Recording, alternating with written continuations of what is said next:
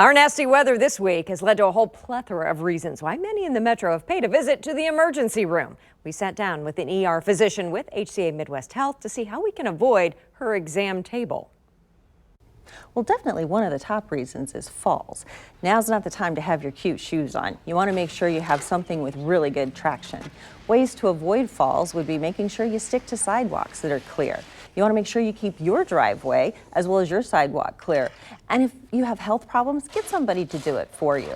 You want to stay off of grassy slopes because they can be really icy underneath that snow. And the other thing is think about walking like a penguin. Kind of turn your feet a little bit out. There's a reason they walk that way. It gives you a little extra balance. Dr. Denise Miller is an emergency room physician at Lee Summit Medical Center and has really seen a spike in visits this winter, especially when we get snowfall like this.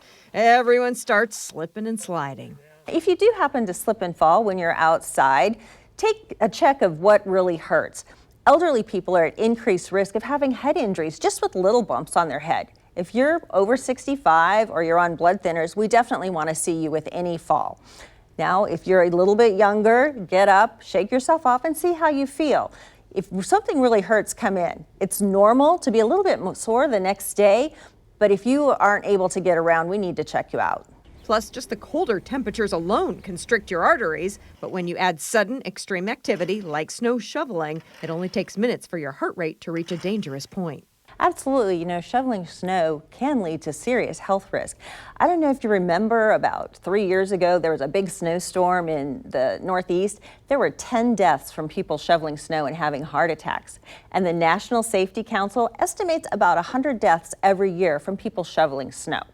But we got to get rid of the white stuff. So a few things to think about. One, make sure you're nice and hydrated and take breaks. Go inside, drink something warm, but don't drink alcohol.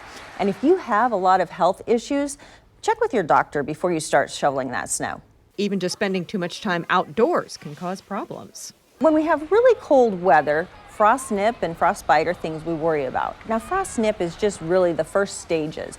So with that, you might get some numbness. Your fingers or, areas exposed might get really red, and then they start to kind of burn a little bit as they warm up. The thing with frost nip is there's not any permanent damage to the tissue. Now with frostbite, there can be serious permanent damage to not only the skin, but the underlying tissue and muscle. The big areas that we see it are fingers, toes, nose, ears, places like that. So you want to make sure you're really bundled up. If you're one of those runners, keep that cold wind off your face.